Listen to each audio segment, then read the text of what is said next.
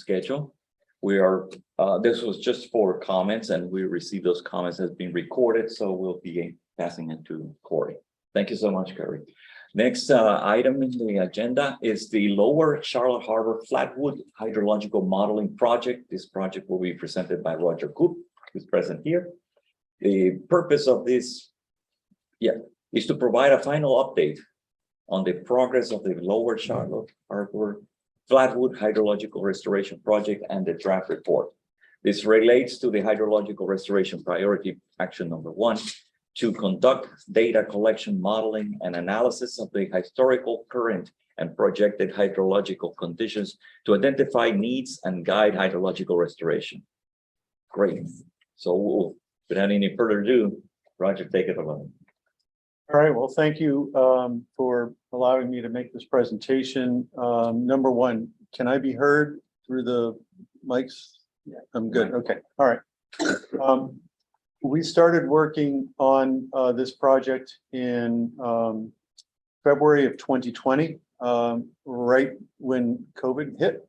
And so our first activities on the project were a little bit challenging. I want to recognize the team members. Lago Consulting and Services helped with the hydrologic modeling. Southwest Engineering Design, based out of Punta Gorda. They help with some engineering issues and some surveying. Church Environmental and HDR helped with the biological work that was done, and HydroGauge helped with the hydrologic monitoring. And the next slide shows the tasks that is part of our contract. So first thing was to gather existing data. And make sure that we understood what data was available. And then we developed monitoring plans and then installed stations. During that period of time, my head guy in the field got COVID, and so I demoted myself from project manager to field rat, which was awesome because I got to be in the field. And then once we had the stations installed, we then moved on to, well, actually kind of on a parallel basis, we were going out in the field with a biologist and during the dry season and then in the wet season to use vegetation indicators to help us understand what the hydrology was. You know, how high does it get during the wet season? How dry does it get during the dry season? So that was a kind of a combination of biology and hydrology. Task 4 was collect all the data from all the monitoring stations. Then we developed a model. We calibrated the model. We then ran some scenarios, and then we just produced a report. And the photograph on the top right is the southern portion of Babcock Webb Wildlife Management Area east of 75.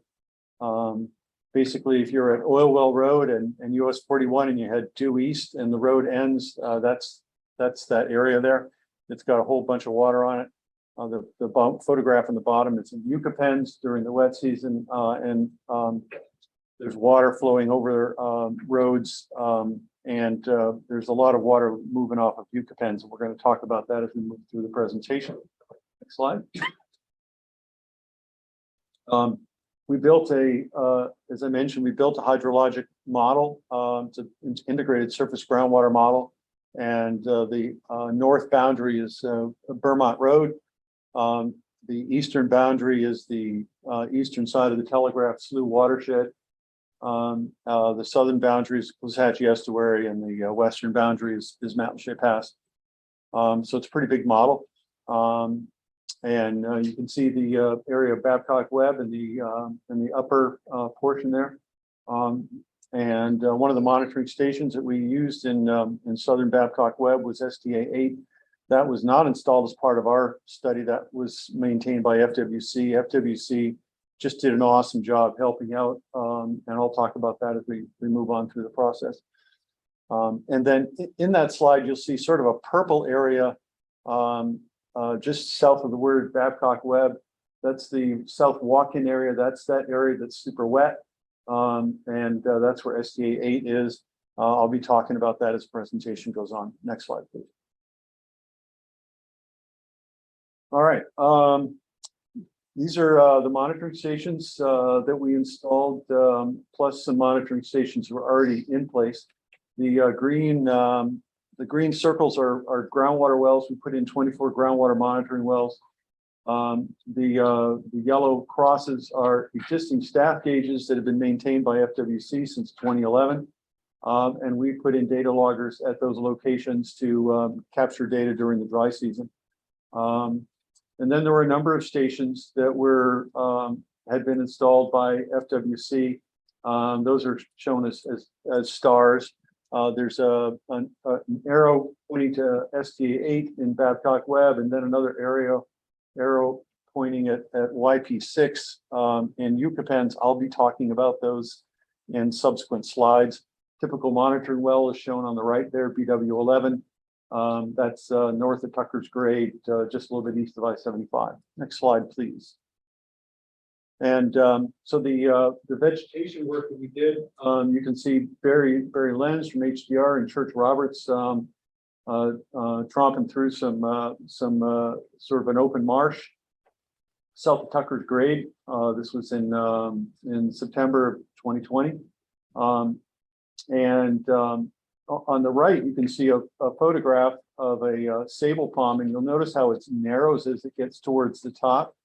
That narrowing is due to high water levels that are causing stress on the growth of that sable palm. This is something I didn't know anything about, but luckily I had these smart biologists working for us, and so that's just one of many indicators that the biologists were using to assess hydrologic condition. We were looking at things like adventitious rooting, which are the little roots that go up on the side of the bush, and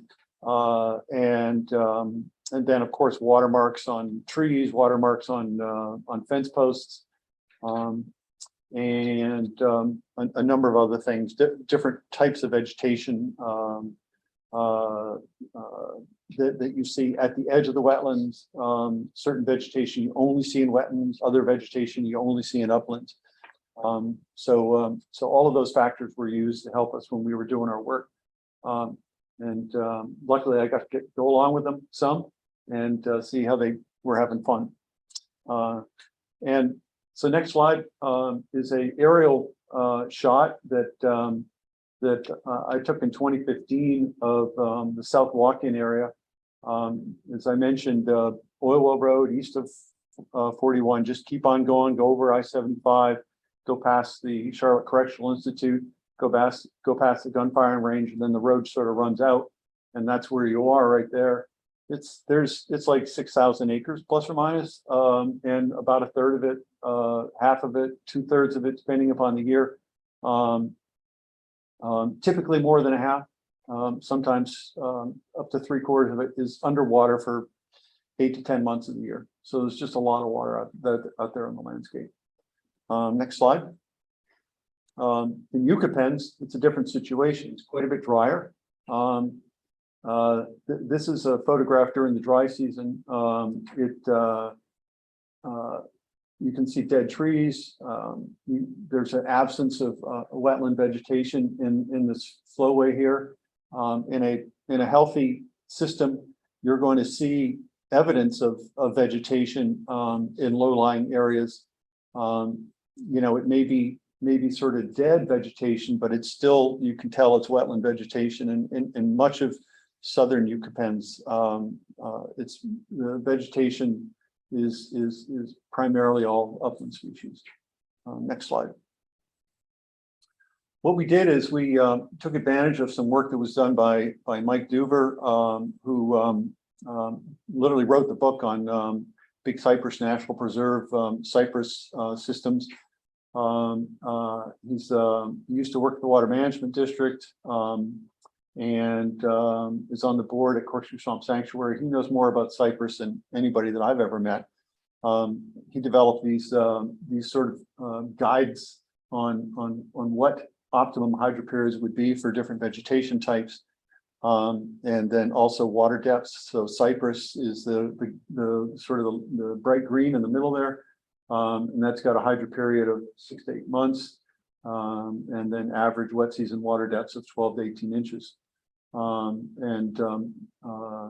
Wet prairie is 2 to 6 months, marsh is 6 to 10 months. So we use these as guides in terms of sort of our targets for where we would like to get to if we were able to achieve complete restoration. Next slide, please. I'm going to focus here on a couple of graphs. I mentioned STA 8 in the South Walk-in. The gray line that you can see in the graph, well, first of all, the blue line is the measured water levels. The gray line is the lowest elevation within the wetlands in that area. The green line is what I would consider to be kind of a typical wetland elevation, and ground elevation in the wetland, and the orange line is at the edge of the wetland. And you can see that there's water above the floor of the wetland for most of the year. The water levels are above the average wetland elevation for most of the year, and so it's clearly wet out there. YP6 is in Yucca pens. It's next to an eroded ATV trail that has water flowing out of Yucca pens in an accelerated manner, and you can see the water levels are quite low there. They rarely get above ground surface. And so, that's the reason why the wetlands in Yucca pens are stressed. Next slide, please. So, based upon some of the measurements that we did, we were seeing hydro periods of greater than 10 months in Babcock-Webb, optimum is 6 to 10, measured water depths on average 19 inches, but we saw areas where water depths were chest deep for much of the year. Serena's got a photograph of me walking, and I've got my arms up like this because I don't want my my Garmin to get messed up or whatever. So plenty of water there. There's a really nice cypress system in Yucca pens west of 41, and the measured hydro periods there are less than 6 months. Optimum is 6 to 8. Water depths are in the neighborhood of 5 inches in much of the area. Optimum are 12 to 24 inches. And then in the southern portion of Yucca pens, this is at a station that we have that we call the CMP riser. I'll show the location of that in a little bit. The measured hydro period is less than 3 months there. Optimum is 4 to 8. Water depths less than 7. Optimum 12 to 24. So too wet in Babcock-Webb, too dry in Yucca pens. Now, why? Well, you can see that the South Walk-in area is got a number of impediments to flow. The Stoley Ranch has a berm on its northern boundary. There's a berm around the Bond Farm. There are some culverts underneath I-75. West of I-75 is a railroad. That's the turquoise line. There are some trestle bridges. These are these wooden structures that can allow pretty significant flow. But for the northern two, those are the purple squares. The northern two of them, there's no flow because there's a berm around Aggregates, there's a berm around McNew, there's a berm around Heron's Glen. And so flows to the west are heavily restricted. Tamiami Trail, US 41, west of 75, used to be underwater during the wet season. And it's never under the water now. So what we did is kind of put together sort of an idea, a concept that we would take water off of Babcock-Webb, put it in Bond Farm, store that water, hold on to it, release it in a recreated flowway west over towards Yucca pens. And so that's kind of the concept that was developed in the 2014, 2015 period. And we'll be talking about that as time goes. You'll also see on the bottom sort of right-hand side, Prairie Pines Preserve. Because of all these constrictions to flow, the water makes it to the line that running through the middle of Bond Farm. There's a ditch there that flows down into Prairie Pines Preserve, and that's where the most of the water goes to. Next slide, please. So what I've done is I've skipped through pretty quickly tasks 1 through 5, and I'm going to talk now about what's the natural system look like, and what sort of possible future conditions could we achieve. So we did an analysis of the natural system, and then we did 3 future condition scenarios. In the pre-development analysis, we utilized land use files developed by Mike Kemmer of FWC, and Tim Lieberman, retired from South Florida Water Management District. That work was done a number of years back when Tim was still working. What they did is they took 1950s aerial photographs, they georeferenced them. They took soils data and historic soils data, GIS data, and used that to create basically or recreate a map of what they think the vegetation was like in pre-development conditions. We recognize that the hydrologic restoration is not likely possible to have a complete restoration, but we can move in the direction of pre-development conditions. And like I said before, South Walk-In is too wet, Yucca Bends is too dry. One of the questions we had in 2014 was, will Bond Farm storage be sufficient to correct the hydro periods and depths in South Walk-In, or do we need more storage? And then, can we get the water to Yucca Pens? If not, what are the considerations and issues associated with sending that water south to the Caloosahatchee? So those were some of our questions during the initial development of the scenarios, and we'll go to the next slide, and I'll talk a little bit about our natural systems analysis.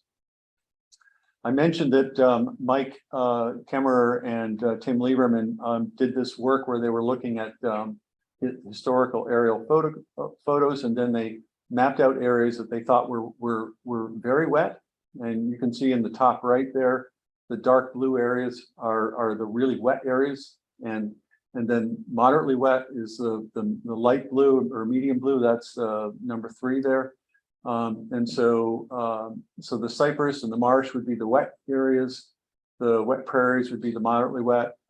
Slightly wet is hydric flatwoods, and then the hydro rank number 1 is the dry conditions, and typically would be a mesic flatwood. And you can see hydro periods, typical water depths during the wet season, and so in the map on the right, there's a green star that says 2 CMP risers. It's right below the legend, and you can see that in the vicinity of where those risers are hydrologic rank 3 and hydrologic rank 4, and recall that the hydro period that we observed there was less than 3 months. So that this is what we're referring to as the ATV area here. It's really dry. Let's move on to the next slide. So what we did is we ran these simulations, and we took the measured or the simulated depths for each cell in the model, each cell being a 500 by 500 foot grid, and then we figured out what the hydro period was for each one of those cells, and we put all of this data together and then looked at certain key areas. In the South Walk-In, we looked at just an area where we had more confidence with the topo. That's why we call it that's why that blob there on the right looks kind of different. But for the existing condition, the blue line is the hydro rank 4. These are the wettest areas. You can see the hydro period is typically, most commonly, 10 to 11 and a half months. And the optimum is the 6 to 10 month period. That's that dark blue bar. And so clearly that area is too wet. Okay. Next slide. This is The cypress area, you can see the cypress area in the map on the right is the pink outline area. And the optimum hydro period for that cypress is 6 to 8 months. And the most common hydro periods are in the 5 to 5.5 month range under existing conditions. And so too dry. And then the south area of Yucca Pens, the light blue on the map, that's referred to as the ATV area because there's a bunch of ATV trails down there. There's marsh habitat there, and there's also some wet prairie. And the dark blue would be the marsh, and you can see the most common is there's a peak at about 5 months, and there's another peak at about 4 months. So the average there is somewhere in the neighborhood of 4.5 months or so. For the wet prairie, the average is somewhere in the neighborhood of 4 months. So again, those areas are too dry. I was in the middle of the summer, typical average wet season conditions with the biologists, and we were standing in a marsh, and the water depth was maybe 3 inches, and very little vegetation, very, very short hydro periods. So again, too dry. So this is the baseline. Next slide, please. So scenario one was to hold water on the bond farm, hold it in the dry season. And then we decided for scenario one that we would send that water south rather than sending it west. And the reason for that is that there may be some challenges in getting easements to get water west of 41. And so we wanted to look to see if there were, any issues associated with sending water south into Prairie Pines Preserve. So that's scenario one in terms of how we laid it out. Next slide. In Yucca Pens, we proposed to put in a bunch of water control structures, either ditch blocks, low water forwards, weirs, and the locations are shown as sort of a red cross across the creeks there. And there's a photograph of YP6 on the bottom left. You can see water flowing out of Yucca Pens. And so this scenario includes essentially holding more water on the landscape to try to slow or curtail the erosive flows that are leaving the site, promote groundwater recharge, hopefully restore wetland conditions. Next slide. And then in the south part of Yucca Pens, we looked at putting in sort of a seepage barrier. That's the pink line, and that's because the seepage barrier is because Gator Slough runs along the southern boundary, and water levels are controlled in Gator Slough at somewhere in the neighborhood of around 6 feet NAVD. Ground elevations in southern Yucca Pens are in the neighborhood of 14 feet NAVD. So that's what's that, an 8-foot difference? There's a layer of limestone about 6 feet, 5 feet below ground, and that provides a conduit. And so Gator Slough is essentially sucking water out of the southern part of Yucca Pens. There's rarely water flowing over the concrete low water ford. There is some during the summertime, but when you look at groundwater levels right adjacent to that concrete low water ford, measured groundwater levels are 6 feet below ground. So that area is impacted. And we're proposing to put in some structures to hold water back. We've done some restoration work in that area, by blocking ATV trails, but we didn't have enough money at the time. This was done in 2013. We achieved some restoration. We think more restoration is possible. So we're looking for moving further towards that restoration. Next slide. So what we did some initial testing, looking at just blocking up flows in the south portion of Yucca pens and seeing what impact it had. And these are groundwater difference maps. And the it's a summer average difference. And so anything that is blue is where the simulated average wet season water level is higher than the baseline. So these are difference maps. Anything that's blue means that the water is there's more water than in the proposed condition than there is under existing condition, or the average wet season condition.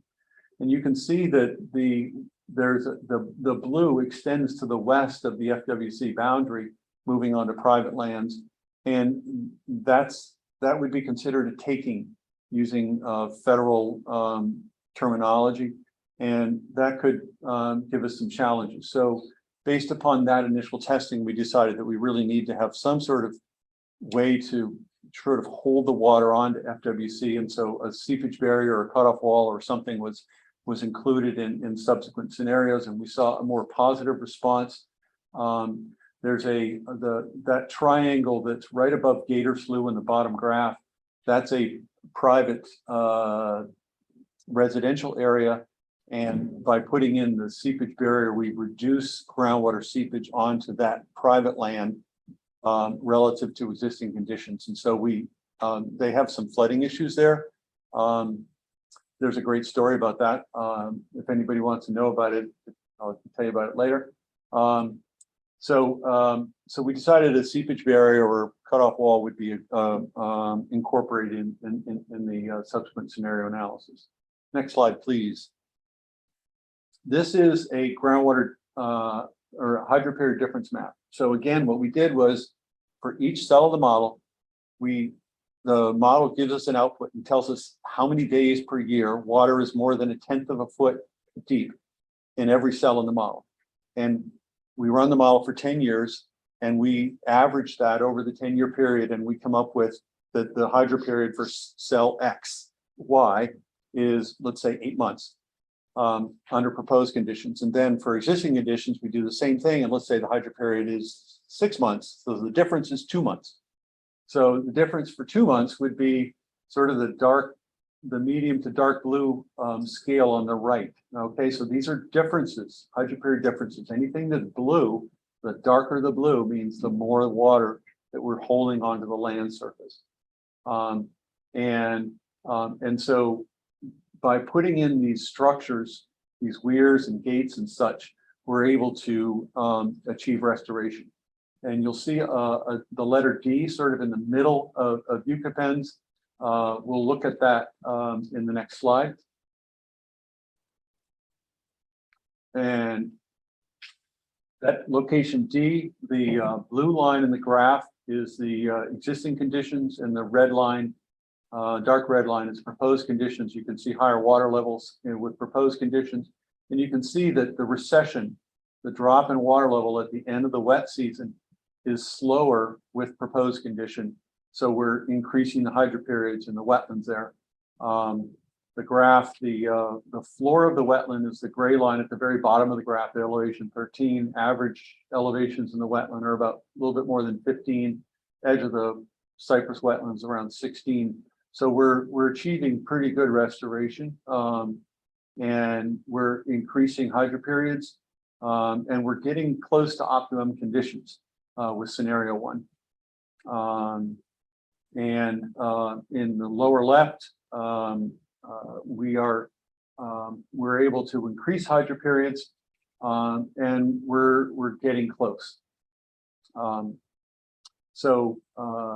The proposed weir structures that we have, plus the seepage barrier in the southern part of Yucca pens, we're really moving in the right direction in terms of restoration. And thousands of acres are being impacted. Next slide, please. So we then moved on to scenario 2. What I neglected to mention in the last slide. Can you go back one more slide? One more slide.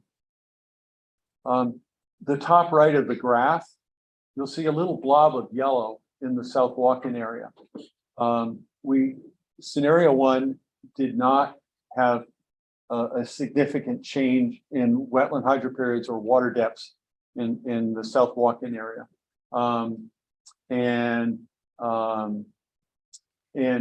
So since we are only using Bond Farm, the indication is Bond Farm is not enough to achieve the restoration we need in Babcock Web. So we can go back forward again.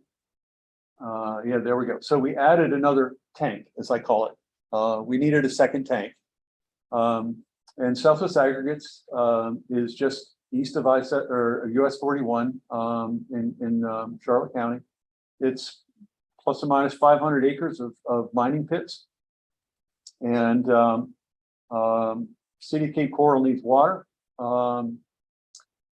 Money doesn't grow on trees at the state. And it was a real difficult challenge to buy Bond Farm in the first place. And it's going to be even more difficult to find the money to build it.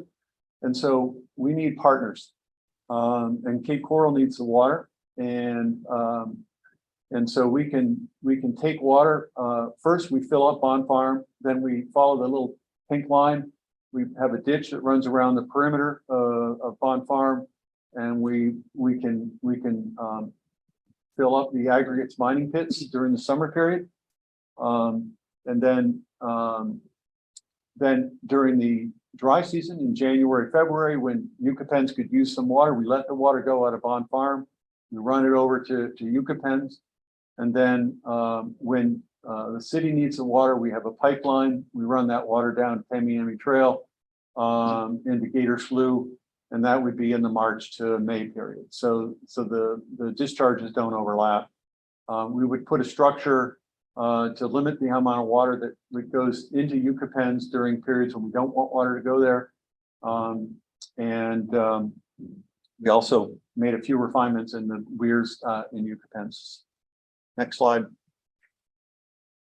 We moved one weir in Yucca pens because one of the locations we initially selected in scenario one was in an area of undisturbed cypress.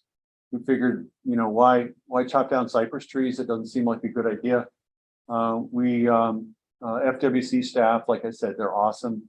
They identified and showed us where there was an existing fire break, and so we could achieve the water level control without cutting down cypress trees. So we decided to move that weir. Plus, it also moves that weir upstream of some private lands, and so there seemed like a good way to go. Next slide shows the results. You can see more yellow and some orange and some red in the South Walken area, and so we're actually beginning to see some restoration by adding additional storage in Southwest Aggregates. We're seeing a lot of blue in Yucca pens. And we're able to remove about 10,000 acre feet per year of water out of the South Walken area, and we're getting really good restoration.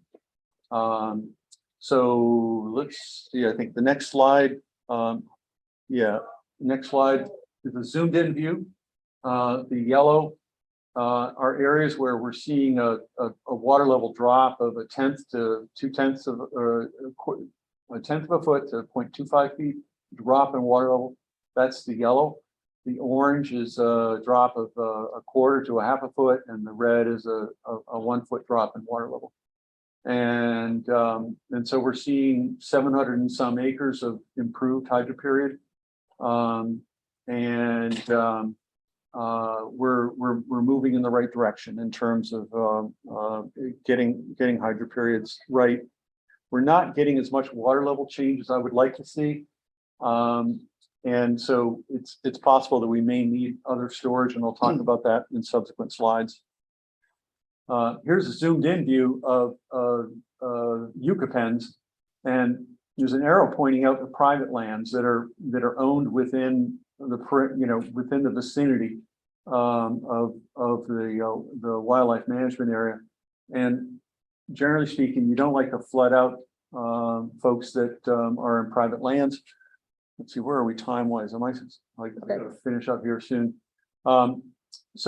So we have, we've gotten the refinement. We're getting better distribution of the flooded areas in Yucca, and we're having less impact on these private lands. Next slide. So we had some objectives at the beginning of the project: restore drainage of unnaturally impounded water in Babcock Web, and we're moving in the right direction. We got more than 700 acres of reduced hydro periods, and we got more than 10,000 acre-feet of water removed from Babcock Web. We're getting more groundwater recharge in Yucca. We're enhancing fish and wildlife habitat in both wildlife management area units. And one of the benefits of scenario 2 is that we're getting more flow during the dry season into the tidal creeks. So we're doing really well, I think, in terms of achieving our project objectives. Next slide, please. We had to run, well, we did run a climate change scenario. And the graph on the left is hydro period difference. We see a reduction of hydro periods throughout Babcock Web. We don't see a whole lot of reductions in Yucca because of the weirs that we have included. We do see higher water levels west of Burnstore Road because of higher tide levels. The challenge is the dry season. The graph on the right, or the figure on the right, is average water level difference March through April, and we're seeing significant changes in water levels, and that's a concern. And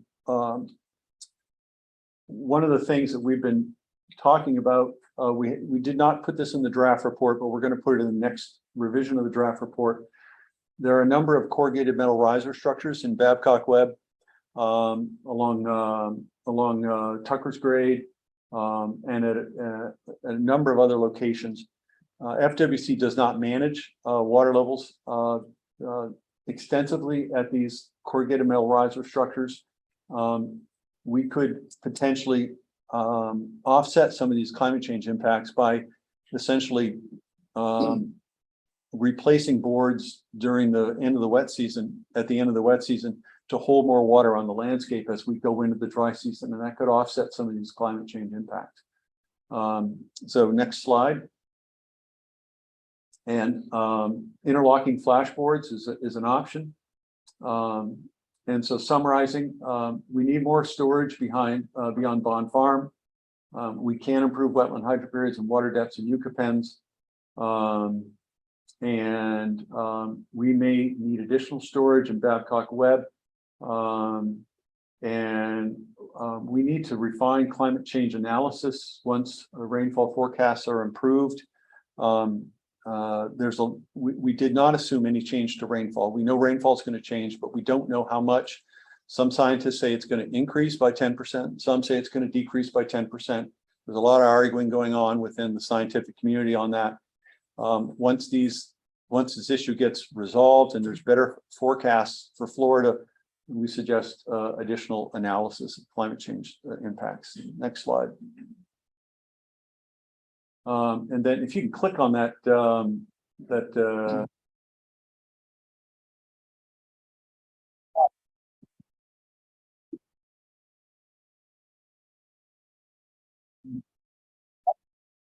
water leaking backwards at a corrugated metal riser.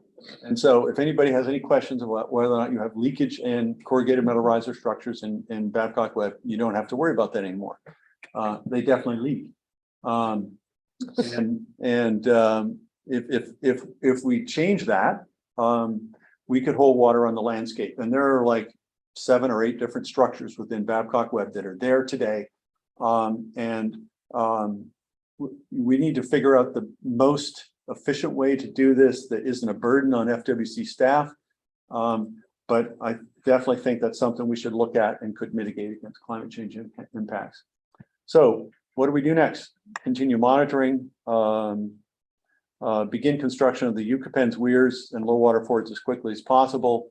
look for an easement from 41 to Yucca Pens. We need to do some additional hydrogeologic investigations. We need to refine our calibration with data that is currently being monitored. And I think public partnerships, public partnerships, in other words, you know, can Cape Coral help out in the effort here? We think they can. So that's basically it. Sorry. Yeah, applause. Great job. Oh my goodness, that's phenomenal. Let's see. Well, we really want to hear comments from the board. Yes, please.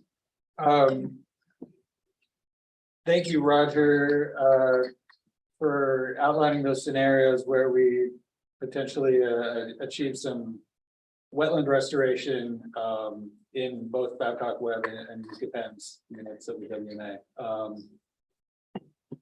One thing that I think we've discussed before that I wanted to make sure to have out is that not only do we potentially restore freshwater wetland hydro periods and Yucca Pens, you know, benefit for fish and wildlife. I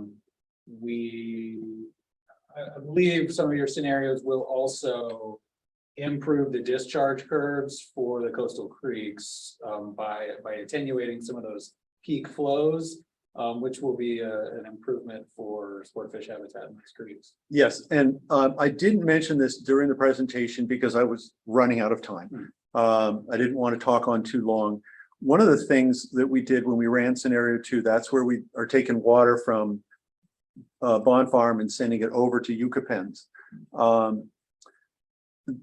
When we constructed the scenario, the plan was that we would only deliver water west towards Yucca Pens during the late dry season, you know, December, January period. And so we blocked the water at the east side of 41 and we didn't allow water to flow past. And that's what the scenario did.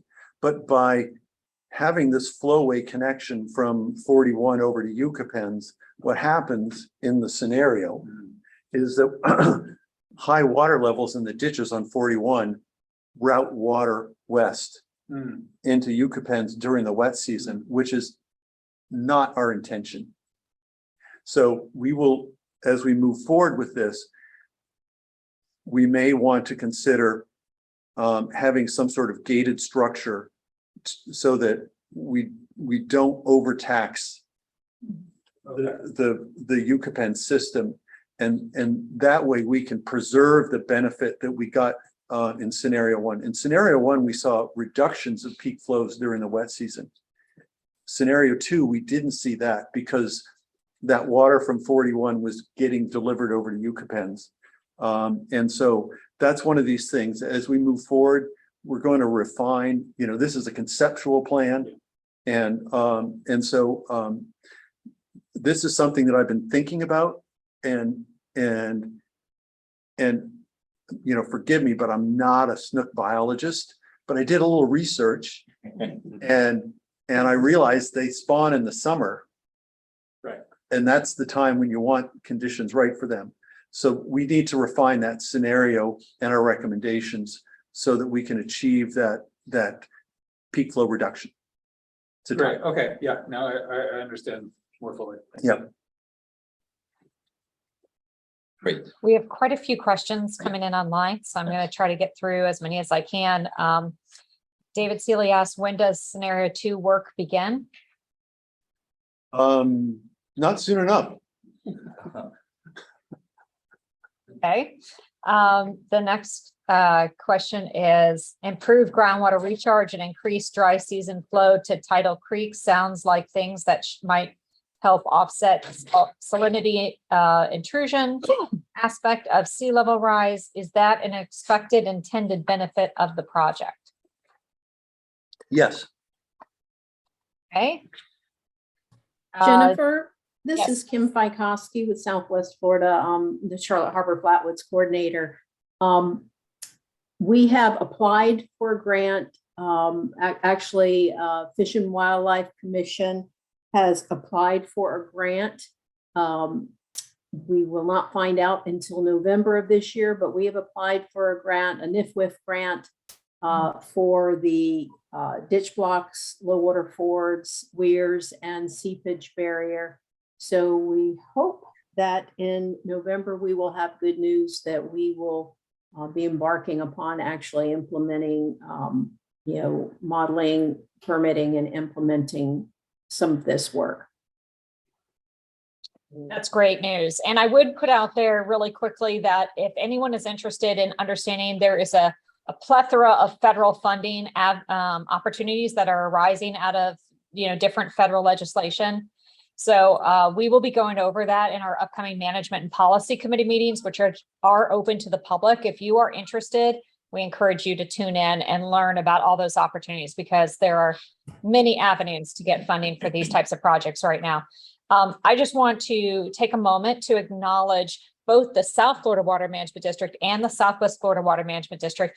Of course, we wouldn't be here today if it wasn't for all of the Charlotte Harbor Flatwoods Initiative partners, but the two districts have been instrumental in providing comment on every single deliverable step by step as we went through this very intensive 2-year effort to do this modeling and analysis.